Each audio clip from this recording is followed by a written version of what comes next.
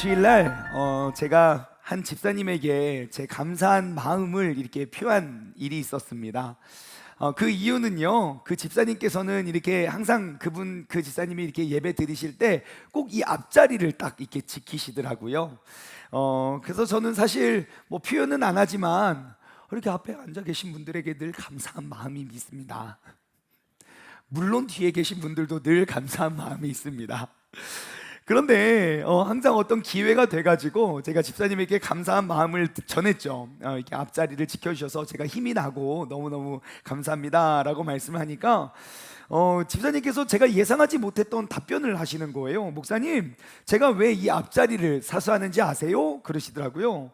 그래서 뭐 우리가 다 알고 있지만 우리가 무시하는 그런 거 있잖아요. 뭐 예배에 집중할 수 있고 다른 생각 별로 안 들고 뭐 앞에 막 사람들이 많이 안 보이기 때문에 이렇게 신경도 안 쓰이고 뭐 우리가 다 알고 있지만 무시하는 그런 말들이 있는데, 그러한 내용을 말씀하신 게 아니라 지사님께서 딱 이렇게 말씀하시는 거예요. 목사님, 만약에 이 예배 가운데 마귀가 우는 사자와 같이 삼킬 자를 두루 찾고 있다면 누구부터 잡아먹힐까요? 1번 저기 있는 분들, 2번 이 가운데를 지키시는 분들. 하나 둘 셋. 우리는 모두가 다 알고 있다고요. 그렇게 말씀하시는 거예요. 우는 사자가, 그러니까 마귀가 우는 사자같이 두루다니며 삼킬 자를 찾을 때 항상 그렇죠. 뭉쳐있는 무리 중앙에 있는 짐승은 잡아갈 수가 없습니다. 항상 무리를 흩어서 그 무리에서 이탈하는 그러한 짐승을 잡아먹는 것처럼 예배의 본진, 이 예배가 전쟁이라면 본진은 이 중앙이기 때문에 항상 그 중앙을 지켜가고 있습니다 라고 이야기하면서 그 다음에 말씀을 전하는 거예요. 이 앞에 앉으면 집중도 잘 되고 다른 생각도 안 들고 사람들 이제 눈앞에 보이지 않아서 더 좋고 말씀도 잘 들립니다. 그래서 그때 제가 알았어요. 좋은 자리를 잡는 게 굉장히 중요하구나. 여러분, 이 예배 시간에 이 앞자리를 콘서트로 치면 VIP석 있잖아요. 공연할 때 수만 명의 사람이 있을 때 우리 오빠들 볼에서 흐르는 땀이 보여야 되잖아요. 그죠? 어디 뭐 그냥 그 뜨거운 열기만 느끼고 화면으로 볼 거면 그냥 집에서 TV 보는 게 낫잖아요. 그렇죠? 만약에 요 자리를 은혜 받기 가장 좋은 자리라고 한다면 이 자리는 운동으로 치면 프리미엄석이에요. 여러분 혹시 야구장에서 프리미엄석이 어디 있는지 아십니까? 어딘지 아십니까? 포수 뒷자리요. 한 번은 요 몇 년 전에 가장 티켓이 비싸더라고요. 그래서 몇 년 전에 어느 집사님이 이게 초청해 주셔가지고 그 집사님하고 저하고 민지하고 야구장을 한번 갔어요. 근데 저는 이제 야구장 몇 번 가보긴 했지만 그렇게 포수 뒷자리는 처음 앉아봤어요. 그래서 딱 뒤에 앉아서, 그래서 이제 야구장에는 해설이 안 나오니까 해설을 켜놓고 봤죠? 근데 매 이닝마다 제 얼굴이 나오는 거예요. 1회 때도 나오고 2회 때도 나오고 3회 때도 나오고. 그래서 민재랑 앉아서 막 온갖 포즈를 취해가면서 야구에 집중하기보다 텔레비전에 내가 나왔으면 굉장히 좋은 자리이더라고요. 투수가 공을 던지는 그런 게 다 보이는 것. 만약에 은혜 받기 제일 좋은 자리가 이 자리라면 장사로 치면 항아리 상권이 있잖아요. 사람들이 돌고 돌아 결국 모이는 그 자리, 항상 지나가지 않을 수 없는 그 자리. 여러분, 똑같은 장사를 해도, 그리고 똑같은 공연을 보더라도, 똑같은 경기를 보더라도요, 내가 어디에 앉아 있느냐에 따라서 그 티켓 값이 최소 5배에서 많게는 10배 차이 나는 거 아십니까? 이와 같이 이 예배에 있는 은혜의 자리로 친다면 여러분 분명히 이 공간 안에도 VIP석이 존재하겠지요? 그러면 여러분, 좋은 자리를 차지하는 것만으로도 우리는 불필요한 싸움의 에너지를 낭비하지 않을 수 있다는 것입니다. 내가 좋은 자리를 차지하면 별로 신경 쓰지거나 싸우지도 않아도 될 일을 내가 굳이 왜 이렇게 시끄럽고, 왜 이렇게 덥고, 왜 이렇게 이게 신경 쓰지, 낭비하지 않아도 될 에너지를 낭비할지 몰라요. 그럼 한번 여러분들에게 질문해 볼게요. 여러분들은 지금 얼마짜리 자리에 앉아 계십니까? 여러분, 그 은혜의 자리를 양보하지 마십시오. 어쩌면 똑같은 예배 시간, 예배 장소에 있지만 내가 은혜를 받을 수 있는 그 은혜의 값이 어쩌면 5배에서 10배 차이가 날지 몰라요. 가장 외진 곳에 앉아서 이 시간에, 예배 시간에 찾아오는 모든 유혹과 시험은 내가 다 싸울 거니까 은혜 받으세요 하지 않으셔도 돼요. 일단 가장 공격과 유혹이 적은 자리를 사수하시고 거기에서부터 우리가 은혜를 사모할 수 있는 우리 모두가 되기를 주님을 간절히 소망합니다. 여러분, 그 야구장에 가면 이렇게 포수 뒷자리보다 더 비싼 자리가 있더라고요. 어디입니까? 그 뭐 라운지 같은 데 있더라고요. 우리 한화 이글스 회장님 가시면 딱 서 계시는 그 자리. 예배에도 그런 자리가 있는 거 아시죠? 어디죠? 요 자리라고요, 요 자리. 아는 사람만 알아요. 여러분, 항상 우리가 그 은혜의 자리를 먼저 사수하고 우리가 그 은혜를 누릴 수 있는 우리 모두가 되기를 소망합니다. 마귀는 언제나 하나님 앞에 가까이 나아가려 하는 자를 방해할 것입니다. 그것은 마귀가 나를 미워하거나 나를 싫어해서가 아니라 나를 너무너무 사랑하시는 하나님을 시기해서 그래요. 마귀가 가장 싫어하는 것은 우리가 하나님과 행복하게 지내는 모습이에요. 하나님께서 하시는 말을 내 입에서 나오는 꼴을 못 보는 거예요. 하나님께서 꿈꾸시는 것들을 내가 꿈꾸면서 그것을 이루며 나아가는 걸 마귀는 보고 있을 수가 없는 거예요.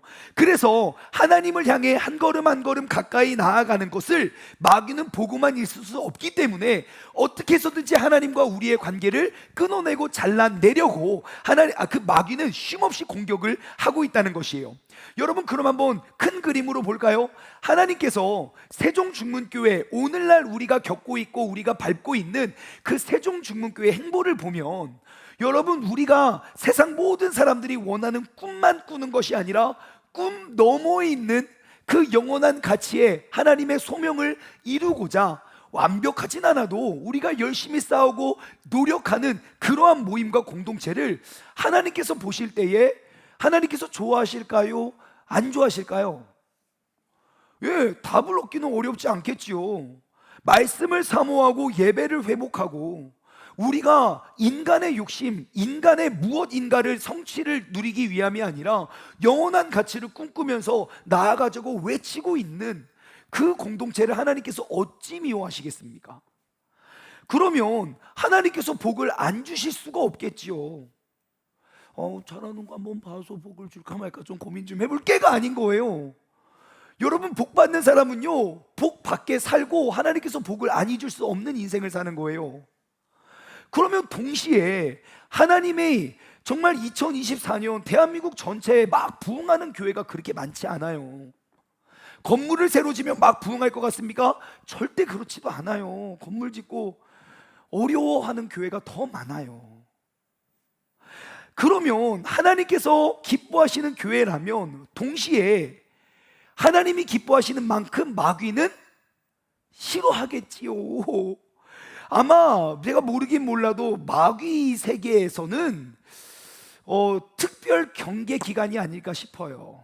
세종중문교회를 주목하여 봐라.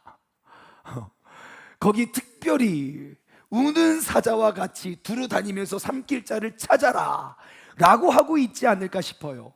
그래서요, 우리는 이 사실을 올바로 인식하기를 바래요. 지금 우리가 하나님께서 기뻐하시는 일을 꿈꾸고 하나님께서 계획하시는 것들을 우리가 이루기 위해서 한 걸음 한 걸음 나아가고 있다면 마귀는 우리가 하나님과 가까워지면 가까워질수록 괴로워질 거고 수단과 방법을 가리지 않고 우는 사자와 같이 두루다니며 삼킬자를 찾을 거예요. 그러므로 여러분, 우리는 꼭 이 사실을 인지해야 돼요. 내가 하나님과 가까워지면 가까워질수록 마귀는 우리를 공격할 수 있다는 것이요. 이 사실을 우리가 딱 인지했을 때 두 가지 모습이 나올 것 같아요. 첫 번째는 이런 거죠. 덤벼라 사단아, 니까지 거에 내가 쫄 것 같냐? 어떠한 모습으로 나와도 나사렛 예수의 이름으로 명하노니 꺼져. 막 이런 반응이 있을 수 있겠죠. 어떠한 유혹과 시험에 와도 내가 다 이길 수 있습니다. 아니면 두 번째 방법일 거예요. 우리가 하나님께 나아가면 마귀가 우리를 더 공격한다고요? 나 그러면 하나님 길 안 따라갈래요. 그럼 마귀가 공격 안 할 거잖아요. 지금도 무서운데 더 가까이 가면 더 공격하면 무서워, 어떻게 하는 반응이 있을 수 있을 거예요. 여러분, 우리가 한 번만 생각해 봅시다. 마귀의 공격을 받지 않는다는 것은 왜 마귀가 공격을 하지 않을까요? 마귀의 입장에서 아군을 공격하겠습니까? 적군을 공격하겠습니까? 당연히 적군을 공격하겠지요. 근데 마귀가 막 공격하거나 미혹하지 않는 이유는 무엇이겠습니까? 마귀가 봤을 때 아군이기 때문이겠지요. 무슨 말입니까? 이 사람은 가만히 놔둬도 하나님의 영광을 구하는 게 아니라 내가 시키는 일을 스스로 알아서 하기 때문에 공격을 안 하는 거예요. 즉, 내가 하나님께 나아가면 나아갈수록 당할 상처가 너무 크고 무서워서 내가 그 길을 피하는 순간 우리는 마귀의 종로를 타고 있는 것이라고요. 그러므로 영적인 의미로 내가 하나님 앞에 나아가면 나아갈수록 더욱더 많은 공격이 나에게 올지 몰라요. 하지만 중요한 게 있어요. 그 공격을 두려워하지 않는 것이 중요해요. 목사님, 마귀가 너무 무서워요. 여러분, 우리가 꼭 기억해야 될 것은 뭐냐면 대부분의 사람들은 마귀의 공격, 마귀의 모습이 어떻게 생긴지도 모르면서 막연히 굉장히 두려워하고 있다는 거예요. 되게 무서워해요. 한번 테스트 해볼까요? 한번 손 들어보세요. 목사님, 전 마귀의 공격이 너무 무서워요. 하나도 안 무섭죠? 다음에 손 다 들어야 돼요. 우리도 안 무섭죠? 역시 2부 예배 드린 사람은 마귀가 어떻게 오든 하나도 안 무서워. 목사님, 전 마귀가 하나도 무섭지 않습니다. 나머지는 내리시고, 나머지는 그때 달라요.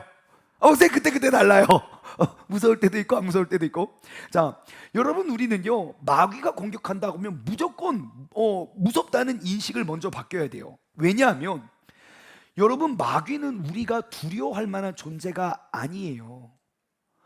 그러니까 우리가 무서워하고 피할 만한 존재가 못 돼요. 왜냐하면 우리가 마귀가 어떠한 모습으로 두루 다니든 삼킬자를 찾든 우리가 그냥 보이는 족족 그냥 물리치고 내쫓으면 돼요. 마치 이런 거죠. 저는 이 표현이 조금도 과장된 표현이라고 생각하지 않아요. 마귀는 우리의 삶에 어떠한 존재냐면요, 똥파리 같은 존재예요. 뭐라고요? 여러분, 똥파리는 모든 곳에 있잖아요, 그렇죠? 내가 있는 곳에는 항상 주변을 맴돌아요.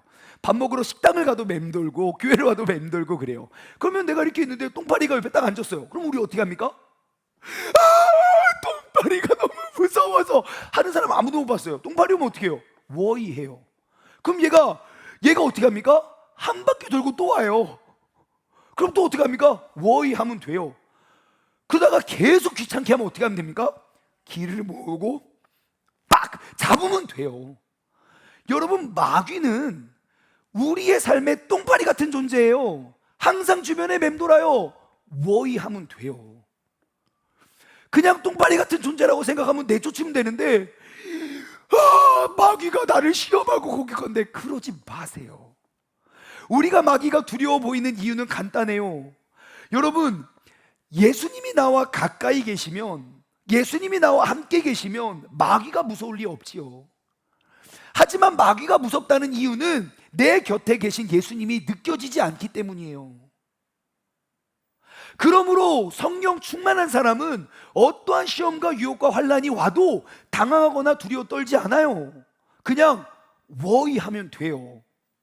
마귀는 딱 그러한 존재예요. 어둠의 세력은 두려워하는 존재가 아니라 물리치는 존재이다. 시작! 어둠의 세력은 두려워하는 존재가 아니라 물리치는 존재이다. 여러분, 성경을 보십시오. 마귀가 쉼없이 역사하거든요.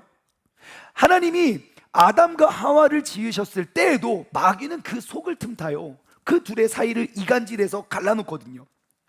특별히 믿음의 사람들의 그런 모든 행보를 보십시오. 마귀가 끊임없이 공격하거든요. 하지만 모든 믿음의 사람은 어느 누구도 마귀의 공격이 무서워서 하나님 따르기를 포기한 사람이 없어요. 믿음 없는 사람들은 그렇게 해요. 하지만 믿음의 사람은요, 마귀가 어떻게 아무리 공격을 할지라도 그냥 나아가요. 예수 그리스도의 이름으로 워이해요.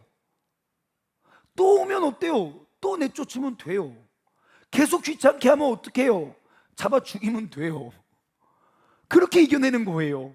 그러므로 우리는 인식이 바뀌어야 돼요. 어둠의 세력은 내가 두려워하는 존재가 아니라 물리치는 존재이다. 한 번 더 해볼까요? 시작. 어둠의 세력은 두려워하는 존재가 아니라 물리치는 존재이다. 여러분, 항상 내 마음을 빼앗고 환경이 달라지고 감정이 요동칠 때 이것이 어둠의 세력에 의한 공격이라고 내가 인식이 드는 순간, 여러분 나사렛 예수의 이름으로 선포하고 물리치시기 바랍니다. 그래서 오늘은요, 마귀가 우는 사자처럼 두루 다니면서 삼킬자를 찾을 때 우리가 어떻게 행동해야 하는가, 그 행동 강령에 대해서 말씀을 나누고자 해요. 제가 고속도로 이렇게 휴게소에 가보니까 그런 행동 강령이 있더라고요. 고속도로에서 교통사고 발생 시 네 단어만 기억하면 돼요. 혹시 뭔지 아십니까? 네 단어? 고속도로에서 교통사고 났을 때 행동 강령? 잘 모르시고 아시는 분 계시는구나. 비트박스예요. 비트박스. 예, 이거 되게 중요한 거예요. 꼭 기억하세요. 고속도로에서 사고 났을 때 행동 강령 뭐만 기억하면 된다고요? 비트박스. 비상등을 켜고요. 트렁크를 열고요. 밖으로 대피한 후에 스마트폰 가지고 신고하라고요. 이거 모르면요, 교통사고 나서 차 안에 가만히 앉아있다가 그 차 들이받아요. 무조건 고속도로에서 나가셔서 트렁크 열고 그 다음에 멀리서 이게 전화 신고하면 해결이 되거든요. 이런 것처럼요, 우리가 마귀가 우는 사자처럼 두루 다니면서 삼킬자를 찾을 때 우리가 기억해야 할 것, 그것은 뭐냐? 해지알 배전오구예요. 이게 더 어려워요. 듣다 보면 괜찮이 이해가 돼요. 오늘 말씀의 제목이 뭡니까? 해지알 배전오구. 해지알은 뭔지 몰라도 배전오구는 뭔지 알 것 같아요. 뭐죠? 베드로전서 5장 9절인 것 같아요. 자, 마귀가 우는 사자같이 두루 다니며 삼킬자를 찾을 때 우리의 행동 강령, 해야 할 것과 지켜야 할 것과 알아야 할 것이 있어요. 베드로전서 5장 8절에 기록되어 있어요. 너희 대적 마귀가 우는 사자처럼 두루 다니며 삼킬자를 찾는데, 그러면 그때에 우리가 해야 할 것과 지켜야 할 것과 알아야 할 것이 있는데, 해야 할 것과 지켜야 할 것과 알아야 할 것은 어디에 기록되어 있을까요? 베드로전서 5장 9절. 어떻게 그렇게 지혜로우세요? 자, 그러면 우리가 한 가지씩 한번 행동 강령을 찾아봅시다. 첫 번째, 먼저 우리가 해야 할 것입니다. 마귀가 우는 사자처럼 두루 다니면서 삼킬자를 찾을 때 첫 번째 해야 할 것은요, 대적하는 겁니다. 뭐 하라고요? 대적하라. 여러분, 우리가 가지고 있는 한글 번역본 성경에는요, 베드로전서 5장 9절에 보면 첫 번째 단어가 뭡니까? 너희는 믿음을 굳건하게 하여가 가장 먼저 기록이 되어 있어요. 하지만 문법상 그렇게 번역을 한 거고요.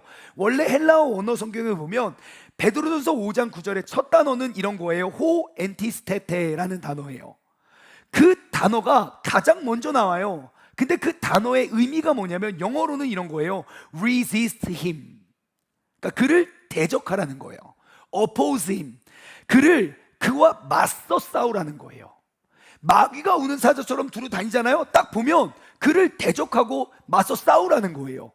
그게 행동 강령 첫 번째 5장 9절에 나오는 첫 번째 단어인 거예요. 즉, 여러분, 이게 지금 마귀가 나를 시험하나? 그러면 무서워 떠는 게 아니라 마귀가 시험하나? 그러면 먼저 대적하십시오. 목사님, 너무 무섭잖아요. 그래도 마귀가 이렇게 큰 시험으로 나를 공격하면 너무 어렵잖아요. 그래서 오늘 본문 말씀 7절에는 이렇게 이야기하고 있어요. 너희 염려를 다 주님께 맡겨라. 이는 그가 너희를 돌보십니다. 주님께서는 우리의 염려를 다 돌보시고 계시니까 주님께 맡겨래요. 설령 8절 너희 대적 마귀가 우는 사자처럼 다루다니면서 너희 삼킬 자를 찾더라도 너희는 그를 대적하라 라고 말씀은 이야기하고 있는 거예요. 여러분, 우리가 두려워하는 이유는 지금도 나를 돌보시는 예수님이 보이지 않기 때문에 마귀가 두려운 거예요. 마귀가 아무리 큰 시험과 유혹을 가지고 다가와도 주님께서 지금 내 손을 붙잡고 계시고 주님께서 친히 나를 돌보고 계신다는 걸 내가 인식한다면 마귀가 두려울 일 없죠. 하지만 마귀가 나를 어떠한 공격을 할 때, 으르렁거리면서 삼킬 자를 찾을 때 내가 두려워한 것은 마귀가 무서워서가 아니라 주님이 나와 멀리 계시기 때문임을 여러분 기억하시기 바래요. 말씀해 보니까 모든 염려를 다 주께 맡기래요. 그래서 제가 생각해 봤죠. 맡기는 게 뭐지? 염려를 어떻게 하나님께 맡깁니까? 보관소가 있죠. 주님은 열고 동전 집어넣고 하면 보관이 되죠. 그럴 리 없잖아요. 주님께 염려를 맡긴다는 게 무엇일까? 제가 이 맡기다라는 단어를 헬라어 언어 성경을 찾아보니까 이런 단어예요. 에필립산테스. 몰라도 돼요. 천국 갈 때 이런 거 안 필요해요. 근데 이 단어의 의미가 이렇더라고요. 두 단어의 합성어인데, 첫 번째 에피라는 단어는 무엇 위에, 위를 향하여 라는 에피라는 단어와 던지다라는 립토라는 단어가 합쳐져서 에필립산테스라는 단어로 사도 바울은 베드로 사도는 기록을 했어요. 자, 즉 내게 주어진 모든 염려를 다 주님께 맡겨라 라는 것은 모든 염려가 나에게 왔을 때 위를 향하여 던져라 라는 말이에요. 여러분, 염려는 던져버리는 거예요. 염려가 나에게 오면 염려를 어떻게 하나 고민할 게 아니라 염려가 나에게 오면 위를 향해 던져버리는 거예요. 빌립보서 4장 7절, 제가 힘들고 어려울 때마다 굉장히 저에게 큰 힘이 되어 주었던 그런 말씀인데요, 이렇게 기록되어 있어요. 아무것도 염려하지 말고 다만 모든 일에 기도와 간구로 너희의 구할 것을 감사함으로 하나님께 아뢰라. 자, 이 말씀을 보세요. 아무것도 염려하지 말래요. 지금 염려가 가득한 상황인데, 마귀가 던져주는 수많은 염려에 내가 너무너무 힘든데 염려하지 말고요, 다만 모든 일에 기도와 간구로 너희의 구할 것을 하나님께 아뢰래요. 말씀은 이야기해요. 염려는 하는 게 아니라 아뢰는 거라고요. 무엇을 통해서? 기도와 간구를 통해서요. 여러분, 우리가 진짜 회복해야 할 것은 그래서 예배예요. 염려를 가지고 사는 게 아니라 염려를 던져버리기 위해서 우리는 예배가 회복되어야 되는 거예요. 요즘 인생을 살다 보면 얼마나 많은 염려와 근심이 가득합니까? 그런데 그것이 무서운 이유는 우리가 염려를 가지고 있기 때문이에요. 염려가 많아지면 많아질수록 더욱더 하나님께 나아왔던 때가 있어요. 그게 바로 1950년 전쟁 이후로 60년대 70년대였다고요.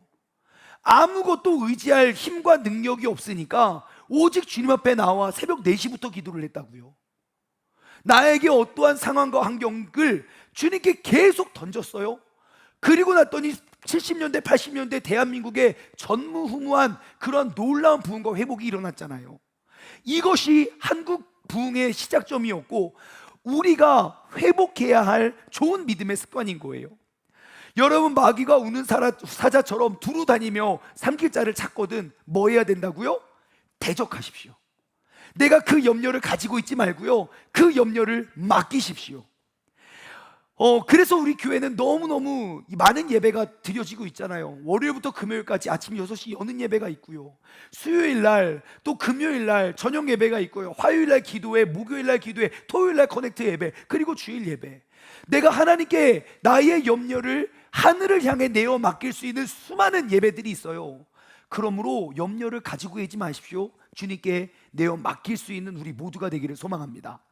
자, 우리가 해야 할 것이 대적하는 것이라면, 내가 그 모든 염려를 주님께 던져야 하는 것이라면, 두 번째 지켜야 할 것이 있습니다. 지켜야 하는 것은 무엇입니까? 다시 9절 말씀으로 돌아갈까요? 너희는 믿음을 굳건하게 하여. 그렇습니다. 우리는 믿음을 굳건히, 나의 믿음을 지켜내야 하는 것입니다.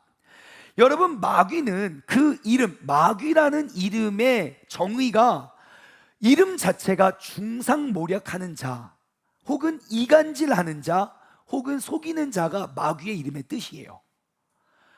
그래서 이 모든 것들은요, 마귀가 행하는 모든 것들의 열매는 뭔지 아십니까? 모든 관계를 파괴시켜요. 두 명도 행복한 꼴을 못 봐요.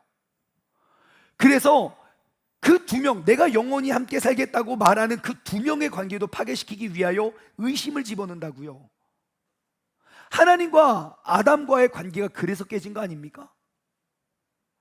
마귀는 그 존재 자체가 이간질하고 중상모략해서 결국 공동체를 파괴시키는 게 마귀의 열매예요. 그러면 마귀가 우리를 공격한다면 그 열매는 무엇이겠습니까? 공동체를 파괴시키는 거예요. 믿음의 사람들을 갈라서게 만드는 거겠지요.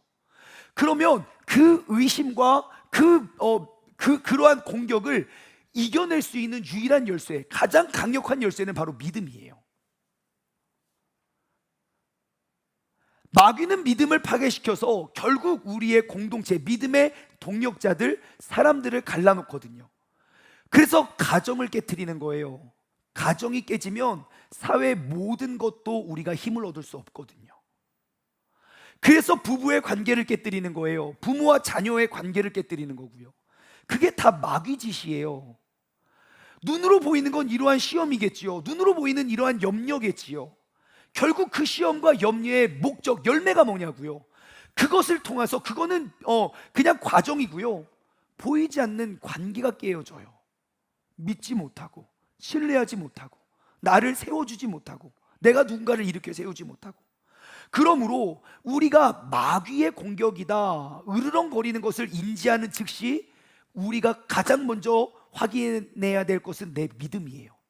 그 사람을 향한 내 믿음, 하나님을 향한 내 믿음. 에베소서에 보면, 에베소 6장에 보면 하나님의 전신갑주 말씀이 나와요. 그 하나님의 전신갑주 중에 믿음이 가지고 있는 기능이 뭔지 혹시 아실까요? 믿음? 에베소서 6장 16절 보면 모든 것 위에 믿음의 방패를 가지고 이로써 능히 악한 자의 모든 불화살을 소멸하고 그래요. 그러니까 모든 것 위에 믿음의 방패, 믿음은 뭡니까? 방패예요. 그 믿음의 기능은 뭡니까? 모든 악한 것들의 불화살을 소멸해내는 것이 믿음의 기능이에요. 그러면 여러분, 악한 자가 모든 공격을 할 때 그 불화살을 내가 믿음으로 막아서는 거예요. 그리고 히브리서에 보면 믿음에 대해서 정의하죠. 믿음을 뭐라고 합니까? 내가 바라는 것들의 실상이고 보지 못한 것들의 증거래요. 그러니까 내가 바라고 희망하는 것들이에요. 근데 그것을 마치 본 것처럼, 내가 보지 못한 것들이지만 내가 마치 본 것처럼 증거하는 게, 그게 믿음이래요. 그러므로 여러분, 믿음, 나에게 주어진 내 안에 있는 믿음의 스위치는요, 내가 믿음은 보고 나서 내가 보니까 이제 믿어져 라고 스위치를 그때 키는 게 아니에요. 내가 믿지 못하고 있다가 확인한 다음부터 믿기 시작하는 건 믿음 없는 사람들이 하는 것이에요. 믿음의 스위치는요, 내가 본 적도 없어요, 확인도 안 돼요, 하지만 믿기로 작정했으면 그냥 믿는 거예요. 마치 본 것처럼, 마치 내가 정확히 확인한 것처럼 내가 증언하는 게, 그게 믿음이라고요. 여러분, 그런 의미에서 우리의 믿음은 상시 작동돼야 돼요. 어떠한 어려움과 시험이 와도 내가 하나님을 믿는 그 믿음으로 내가 흔들리지 않는 것이라고요. 내가 어떠한 시험이 왔을 때 하나님이 보이지 않으면 흔들려요. 그러니까 우리가 파괴되고 갈라지는 것이라고요. 그러므로 여러분, 믿음은 모든 의심의 불화살을 소멸시키는 도구임을 기억하시기 바래요. 사실 인생의 어려움은 어디서부터 옵니까? 우리의 관계의 깨짐으로부터 와요. 돈의 문제, 돈이 문제가 아니에요. 돈 때문에 관계가 깨어져서 더 힘들걸요. 질병의 문제도 그렇고요. 어떠한 상처와 아픔도 결국 관계가 파괴돼서 어려운 거라고요. 여러분, 그러면 이러한 의미로 한번 생각해 볼게요. 내가 믿음의 관계가 굉장히 튼튼해요. 나에게 어떤 어려움이 왔어요. 그거 별로 어렵지 않아요. 왜냐면 나를 믿어주는 그 사람이 나를 건져줄 거기 때문이에요. 내가 혼자 이걸 너무너무 감당하기 어려워요. 걱정하지 마세요. 내가 믿는 사람들이 많으면 서로 도와서 그 어려움에 건져내는 건 어려운 일도 아니니까요. 내가 감당하기가 어렵지 우리는 쉽다고요. 하지만 반대로 어려움에 의해서 관계가 깨어진 다음에는요, 아무리 작은 시험과 어려움이 와도 우리는 넘어져 버려요. 일어날 힘이 없어요. 스스로는 긍정적인 생각이 나오지 않아요. 우리는 본성이 악하기 때문에 내가 어떠한 오해를 받았어요. 여러 명이 있잖아요. 그러면 내 편 들어주는 사람이 있고 진짜 사실을 말해주는, 그 오해라고 말해주는 사람이 있어요. 하지만 내가 혼자 있잖아요. 그러면 에이 오해겠지 라고 생각하지 않아요. 그 오해가 내 안에 혼자 있으면 끊임없이 악한 생각으로 키워내요. 그래서 그곳에서 건져지기가 너무 어렵다는 거예요. 그래서 우리에게는 믿음의 동력자, 믿음의 공동체가 필요한 거예요. 나에게 믿음의 말과 꿈과 희망을 끊임없이 나에게 전달해 줄 수 있는 공동체. 그러므로 우리는 믿음의 공동체는 믿음의 방패를 가지고 나 한 명만 보호하는 것이 아니라, 믿음이 커진다는 건 무엇을 의미합니까? 모든 불화살을 처음에 내가 믿음이 없으면 맞았지만 믿음의 불화살로 믿음의 방패로 불화살을 지켜요. 믿음이 자라난다는 것은요, 그 방패의 크기가 넓어지는 것을 의미해요.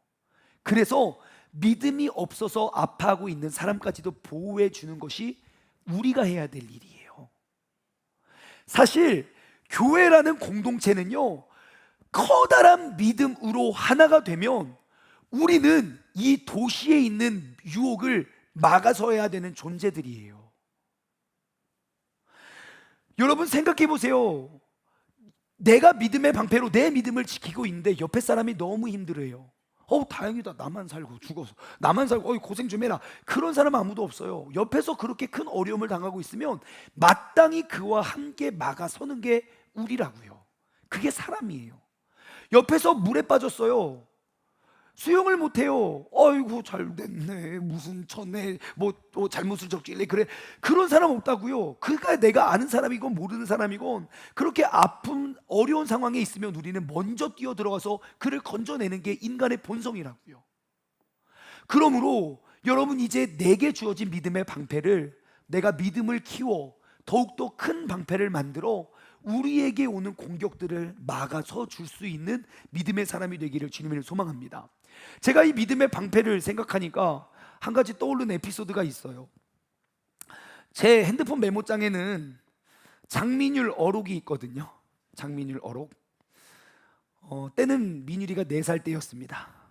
지금은 5살이 됐어요. 아이가 4살이 되면 다 자기의 힘과 능력으로 하고 싶어 하거든요. 뭐든지 다 자기가 하고 싶어 하거든요. 전에 비가 오는 날 식당에 가서 밥을 먹고 이렇게 나오는데 비가 막 많이 내리는 거예요. 근데 우리 우산이 하나밖에 없었어요. 그 우산을 누가 듭니까? 당연히 아빠가 들죠. 제가 들고 같이 이렇게 가는데 이제 얘는 그것을 내가 하고 싶은 거예요. 당신의 그 우산을 나에게 달라. 그 우산을 나에게 돌리도, 그러는 거예요. 안 된다. 지금 비를 우리가 같이 이렉스에서 같이 안 맡겨 가야 된다. 그러니까 그때부터 어떻게 해요? 통제가 안 되죠. 빨리 당장 내 손에 그 우산이 들려지게 해달라고 막 소리를 지르는 거예요. 협박을 해요. 그래서 제가 어쩔 수 없어서 줬죠. 어떻게 되겠습니까? 걔가 이렇게 높이 들어서 저랑 같이 우산을 썼겠습니까? 그럴 리가요. 혼자 우산 들기도 벅차요. 그러니까 어깨에 걸치죠. 4살짜리가. 그럼 저는 어떻게 하겠습니까? 옆에 기어 들어가죠. 그래가지고 우산을 쓰고 있는데 비를 너무 많이 맞는 거예요. 제가 민율이한테 말했죠. 야 민율아, 이거 봐라. 아빠가 비를 다 맞잖아. 그러니까 아빠가 우산을 들을게. 그러니까 우리 민율이가 이렇게 말하더군요. 아빠는 시원하게 비 맞아. 아빠는 시원하게 비 맞으래요. 난 감기 걸릴까봐 우산 쓰고. 여러분, 우리가 믿음의 사람으로서 나에게 믿음의 크기가 얼마이든지 상관없이 남에게 오는 시험만 방해하는 것 말고 내 주변에 오는 사람들, 너는 믿음 없으니까 그냥 그 시험 다 당해. 너는 좀 그거 겪어봐 라고 말하는 거 4살짜리 믿음이에요. 그 믿음 자랑되지 않아요. 이렇게 말하면 모두가 웃잖아요. 마귀가 제일 비웃을걸요. 이 사람 교회 20년 30년 다녀도 여전히 악이야. 자기만 써. 옆 사람 죽어가고 아무도 신경 안 써. 비웃을 일 아닙니까? 여러분, 나의 믿음의 방패의 크기는 얼마나입니까? 그 믿음의 방패로 우리를 공격하는 모든 불화살을 얼만큼 우리는 막아서고 얼만큼 지켜주고 있느냐는 겁니다. 여러분, 그러므로 나의 믿음의 성장은 믿음의 방패의 크기를 키워내는 거예요. 믿음이 더 자라고 더 자라나서 더욱더 많은 사람을 보호해 줄 수 있는 믿음의 사람들 되기를 주님의 이름으로 소망합니다. 자, 마귀가 우는 사자처럼 두루 다니며 삼킬 자를 찾으면 첫 번째 우리가 해야 될 일은 뭡니까? 대적하는 거예요. 모든 염려를 주님께 내어 맡기고 던지세요. 두 번째, 지켜야 할 것은 무엇입니까? 믿음을 지켜내는 거예요. 믿음의 방패로 나를 지켜낼 뿐만 아니라 내 믿음을 키워서, 그 방패를 키워서 믿음 없는 약한 자가 맞는 불화살을 막아서 주는 거예요. 그리고 세 번째, 마귀가 우는 사자처럼 두루 다니며 삼킬 자를 찾을 때 해지알, 우리가 알아야 될 것이 있습니다. 그것은 무엇인가? 9절로 돌아가 볼까요? 너희는 믿음을 굳건하게 하여서 그를 대적하라. 이는 세상에 있는 너희의 형제들도 동일한 고난을 당하는 줄 알미라. 그래요. 우리가 알아야 될 것은요, 이 믿음의 공격은, 이 영적인 싸움은 나만 주어진 것이 아니라는 거예요. 우리의 믿음의 동역자들은 함께 이 믿음의 선한 싸움을 싸우면서 나아간다는 것이에요.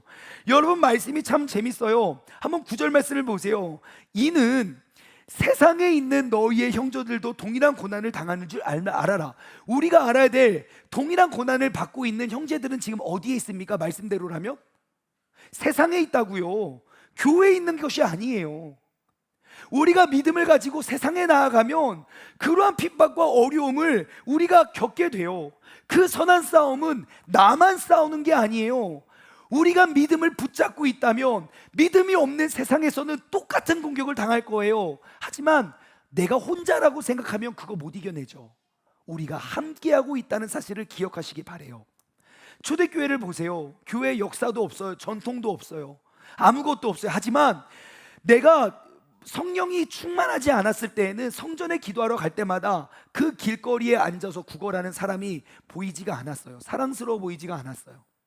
하지만 내가 성령에 임하는 순간 내게 그러한 용기가 생긴 거예요. 네가 원하는 금과 은은 나에게 없거니와 내게 있는 그것을 너에게 주노니 나사렛 예수 그리스도의 이름으로 일어나 걸어라. 그래요. 그러니까 안진뱅이가 뻘떡 일어나서 막 걷고 뛰고 막 난리가 났어요. 이게 어떻게 된 일이냐? 그래서 베드로와 요한을 감옥에 가둔다고요. 근데 때가 이제 모두 공무원들이 다 퇴근한 때여서 구치소에 가둬놔요. 내일 아침 이제 일을 재판부가 열리기 시작하면 바로 재판을 할 거예요. 그들이 선 재판소는요, 산헤드린 공회원이었어요. 그 산헤드린 공회는 그 지역에 가장 유명하고 똑똑한 사람들이 다 모여 있었어요. 거기서 말 한마디 잘못하잖아요. 그럼 직결 심판을 받아요. 사형, 그럼 죽는 거예요. 거기서 베드로와 요한이요, 성령이 내게 주시는 담대함으로 막 선포해요. 그러니까 이제 죄를 못 잡겠네. 야, 니들 그냥 나가서 비밀로 해 하고 그냥 보내요. 자, 그렇게 밤새 2000년 전에 밤새 구치소에 갇혀 있다가 그 무서운 곳에서 재판받고 돌려간다고요. 어디 가시겠습니까? 사우나 가지 않을까요? 저는 사우나 갈 것 같은데요. 아씨, 어제 구치소에서 너무 고생했어. 아니면 두부 먹으러 가겠죠. 두부. 순두부집 갈래? 막 그런 거겠죠. 아니면 집에 가서 쉬겠지요. 근데 그 베드로와 요한이 어디 갔는지 아십니까? 사도행전 4장 23절. 사도들이 노임에 그 동료에게 가서 제사장들과 장로들의 말을 다 알리니 그들이 듣고 한 마음으로 하나님께 소리 높여 이르되. 그래요. 이러한 억울함은 우리만 당하는 게 아니라 세상에서 있는 모든 형제들이 다 이러한 어려움을 당하고 있어. 그들을 위해 기도하고 또 다른 누군가를 위해 기도하기 위해 모인 곳이 교회라고요. 오늘날 우리의 교회와는 무엇이 다릅니까? 우리는 모여 있는 사람들끼리 싸우느라고 세상과 싸울 힘이 없는 거 아닙니까? 한국교회가 믿음으로 하나로 뭉쳐보십시오. 세상은 100% 변화됩니다. 하지만 우리들끼리 모여서 싸우고 있으니까 세상이 비난하고 조롱해도 우리가 뭐라고 할 말이 없는 거예요. 그들이 없는 말 지어내지 않거든요. 그러므로 마귀가 우는 사자처럼 두루 다닐 때에 우리가 반드시 기억해야 할 행동 강령, 우리가 해야 할 것 무엇입니까? 대적하십시오. 우리가 지켜야 할 것 무엇입니까? 우리의 믿음을 지켜서 우리를 하나로 만들어야 돼요. 어떠한 마귀의 열매, 그러한 분열에 우리는 빠지면 안 돼요. 세 번째, 우리가 알아야 할 것은 무엇입니까? 이 선한 싸움은 나 혼자만의 일이 아니다. 내가 혼자서 할 수 있는 일이 아니다. 우리 모두가 함께 힘을 모아 협력하여 우리가 함께 믿음으로 나아가자 라는 그 해지알 베드로전서 5장 9절의 말씀을 꼭 붙잡아 우리가 나아갈 수 있는 믿음의 복된 자녀 되기를 주님을 간절히 소망합니다. 말씀을 맺겠습니다. 마귀가 우는 사자같이 두루 다니며 삼킬 자를 찾을 때 여러분 그 행동 강령이 뭡니까? 해지알 베드로전서 5장 9절이에요. 우리가 해야 할 것은 무엇입니까? 마귀를 대적하십시오. 어떠한 염려를 우리에게 가져다 줄 때 그것 하나님께 내어 맡기세요. 주님께 던지시기 바랍니다. 두 번째, 지켜야 할 것은 무엇입니까? 무엇보다도 우리의 믿음을 지켜야 돼요. 믿음은 마귀의 어떤 공격 속에서도 우리가 다 막아설 수 있는 힘이 거기 있어요. 결국 우리의 공동체, 사람들의 믿음과 신뢰를 파괴시키거든요. 거기에 흔들리지 마십시오. 세 번째, 우리가 알아야 될 것은 무엇입니까? 이 고난을 겪는 건 나 혼자가 아니라 우리 모두가 함께하고 있다는 것을 기억하십시오. 이게 믿음의 선한 싸움이에요. 그럼 우리가 무슨 힘으로 이것을 싸우냐? 오늘 본문 말씀 10절, 모든 은혜의 하나님 곧 그리스도 안에서 너희를 부르사 자기의 영원한 영광에 들어가게 하신 이가 잠깐 고난을 당한 너희를 친히 온전하게 하시며 굳건하게 하시며 강하게 하시며 터를 견고하게 하시니라. 그의 권능이 세세 무궁하도록 그에게 있을지어다. 아멘. 여러분, 해지알 5:9 이것을 기억하여 악한 마귀가 두루 다니면서 삼킬 자를 찾을 때에 조금도 두려워하지 말고 우리가 승리할 수 있는 우리 모두가 되길 소망합니다. 적용 질문 드립니다. 마귀가 우는 사자같이 두루 다니며 삼킬 자를 찾을 때 첫 번째, 염려를 하나님께 던져버리기 위하여 여러분 우리가 예배를 회복합시다. 오늘날 세상을 보세요. 스트레스와 약이 들어가는 이유는요, 염려가 옛날보다 커져서가 아니에요. 하나님이 나와 멀어져서 그래요. 염려가 내게 왔을 때 그거 던져버리면 내 게 아니에요. 근데 염려가 내게 왔을 때 이거 어떻게 해야 될지 모르니까 내가 계속 갖고 있는 거야. 그럼 다른 염려가 오고 다른 염려가 오니까 어떻게 해야 될지 모르니까 내가 아픈 거예요. 이제 던져버리십시오. 위에 계신 하나님께 모든 염려를 내어 맡길 수 있는 지혜자가 되시길 바래요. 여러분, 우리 세종중문교회는 우리가 모여서 예배할 수 있는 시간, 기도하는 시간 너무너무 많아요. 그리고 교회 항상 열려 있어요. 언제든지 오셔서 주님께 구할 수 있는 우리의 기도가 회복되어지기를 소망합니다. 두 번째, 마귀가 우는 사자같이 두루다니며 삼킬 자를 찾을 때 나의 믿음의 방패로 보호해 주어야 할 사람은 누구이고 그 사람은 지금 어떠한 상황 속에 있습니까? 믿음의 방패는 혼자 들고 있는 거, 나만 사는 것이 아니에요. 그 마귀가 제일 좋아하는 거예요. 너만 살고 너만 잘나고 너만 넘어지지 말아라. 아니요, 하나님의 믿음의 방패는요, 믿음이 커지면 커질수록 그 방패의 반경이 넓어질 거예요. 그리고 우리가 하나 되어서 큰 방패를 들면 이 나라를 지키고 전 세계를 변화시킬 수 있어요. 그것이 초대교회가 세계를 바꿔낸 힘이었어요. 그러므로 나의 믿음의 방패로 보호해줘야 될 사람이 누구인지 돌아보았으면 좋겠고, 마지막으로 세 번째, 혹시 나의 고난을 함께 나눔으로 승리했던 경험이 있습니까? 그것을 우리의 믿음의 동력자들과 함께 나눌 수 있는 한 주가 되기를 주님의 이름으로 소망합니다. 말씀을 맺으며 우리가 이 찬양 고백했으면 좋겠어요. 세상은 흔들리고 사람들은 변할지라도 나는 주님을 섬기겠습니다. 주님의 사랑은 영원히 변하지 않기 때문에 나는 주님을 더욱더 신뢰합니다. 오직 믿음으로 말미암아 살겠습니다. 우리 함께 고백하며 나아가길 원합니다. 세상은 들리고 사람들은 변하여도 나는 주를 섬기리. 주님의 사랑은 영원히 변하지 않네. 나는 주를 신뢰. 다시 한번 고백할까요? 세상은 흔들리고 세상은 사람들은 변할지라도 나는 주님을 섬기겠습니다. 주님의 사랑은 영원히 변하지 않기 때문에 영원히 변하지. 나는 주님을 신뢰합니다. 오직 믿음으로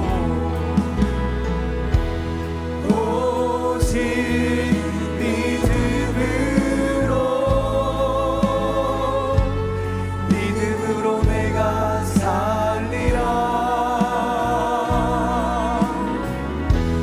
오직 믿음으로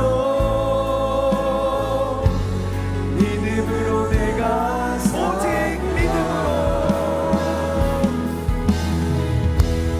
오직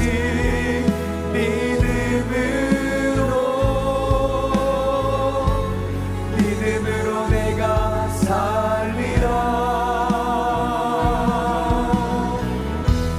오직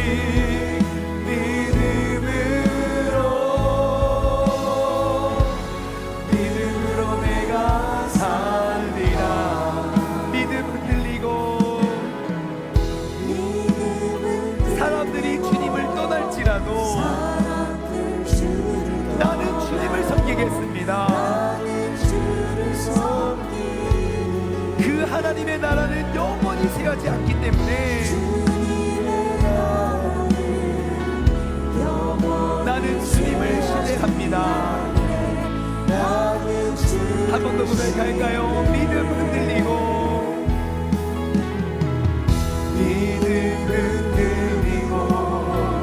사람들 주를 떠나도 나는 주를 섬기리. 주님의 나라는 영원히 쇠하지 않네. 나는 주를 신뢰해. 오직 믿음으로 오직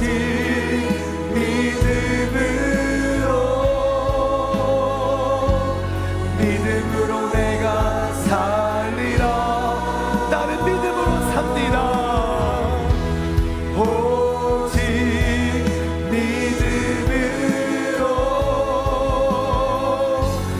믿음으로 내가 오직 의인은 믿음으로 말미암아 삽니다. 오직 의인은 믿음으로 말미암아 살리라. 오직 의인은 믿음으로 말미암아 살리라. 우리 다 같이 두 손을 번쩍 들고 주님의 이름 한번 부르짖고 기도하며 나아가겠습니다. 주여 하나님 아버지, 마귀가 우는 사자처럼 두루 다니면서 삼킬자를 찾을 때에 하나님, 내가 오직 믿음으로 말미암아 그 믿음을 굳게 지키며 나아갈 수 있는 믿음의 사람 되기를 원합니다. 아버지 하나님, 내 믿음이 흔들리고 사람들은 변할지라도 아버지 하나님, 그 우리가 마귀에게 삼킴을 당하는 것이 아니라 내가 해야 할 것은 대적하는 것이고, 내가 지켜야 할 것은 내 믿음을 굳건히 지키는 것이고, 내가 알아야 할 것은 이 선한 싸움은 나에게만 주어진 환난과 역경이 아니라 모든 믿음의 사람들이 가지고 짊어지고 가고 있다는 것을 우리가 기억함으로 아버지 하나님, 우리가 나아갈 수 있는, 싸워 승리할 수 있는 믿음의 복된 자녀들 되게 하여 주옵소서. 하나님, 지금 이 순간에도 그 마귀로부터 오는 모든 불화살을 맞아서 쓰러져 있고 아파하고 누워있는 사람들이 있습니다. 아버지, 내가 먼저 그들에게 다가가 아버지 하나님, 믿음의 방패로 그를 지켜나가고 믿음 위에 우리가 굳게 설 수 있는 믿음의 복된 자녀들 될 수 있도록 주님께서 역사하시고 인도하여 주옵소서. 아버지, 온전히 주님의 뜻을 구하고 아버지 주님의 영광을 바라보며 아버지 우리가 뜻하신 대로 순종하며 나아갈 수 있는 우리 믿음의 복된 자녀들 되게 하여 주옵소서. 오직 믿음으로 내가 살리라. 오직 믿음으로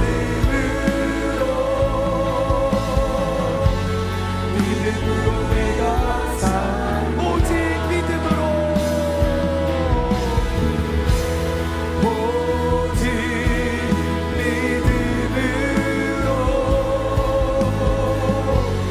믿음으로 내가 살리라.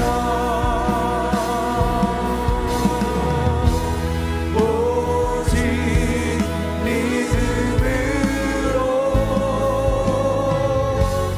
믿음으로 내가 살리라. 하나님 아버지, 우리가 이 자리에 나온 것은 믿음이 있기 때문에 나온 것입니다. 눈에 보여지는 것들은 환난과 역경과 어려움일지 몰라도 이것은 나를 죽이기 위한 것이 아니라 나를 더욱더 성장시키고 강하게 만들기 위한 하나님의 허락된 그러한 일임을 우리는 알기 때문에 그 하나님을 믿고 신뢰함으로 우리가 이 자리에 나와 싸워나가는 것입니다. 하나님, 우리의 마음이 더욱더 하나님을 향할 때에 우리가 하나님과 더욱더 가까워지면 질수록 마귀는 하나님과 우리의 사이를 이간질하고 그것을 도저히 보고 있을 수 없어서 수단과 방법을 가리지 않고 우리의 믿음을 파괴시키기 위해 공격할 겁니다. 하지만 우리가 그 마귀의 존재를 두려워하는 것이 아니라 마치 똥파리를 쫓듯이 예수 그리스도와 함께 내 안에 계신 성령님의 능력으로 그를 쫓아내어 승리할 수 있는 믿음의 사람 되게 하여 주옵소서.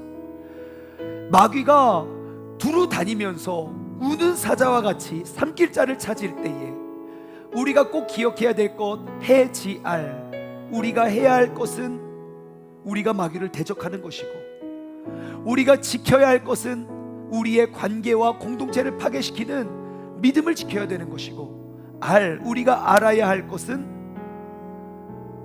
이 선한 싸움은 나 혼자 싸우는 외로운 싸움이 아니라 우리가 세상 속에서 그 믿음을 지켜내는 모든 사람들이 함께 겪어가고 함께 바라보고 나아가야 할 세상이 볼 수 있는 꿈, 그 너머에 있는 꿈을 향해 나아가는 선한 싸움임을 우리가 기억하길 원합니다.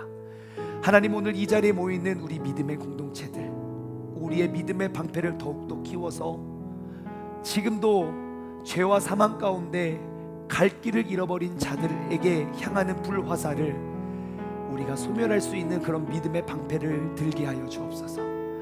이제는 우리 주 예수 그리스도의 은혜와 아버지 하나님의 무한하신 사랑하심과 성령님의 교통하심이 마귀가 우는 사자와 같이 두루 다니며 삼킬 자를 찾을 때에 우리가 해지알 배전오구를 기억하여 우리가 선한 싸움 믿음으로 승리하길 소망하는 사랑하는 우리 세종중문 가족들 머리 위에 이제로부터 영원토록 함께 하시길 간절히 축원하옵나이다.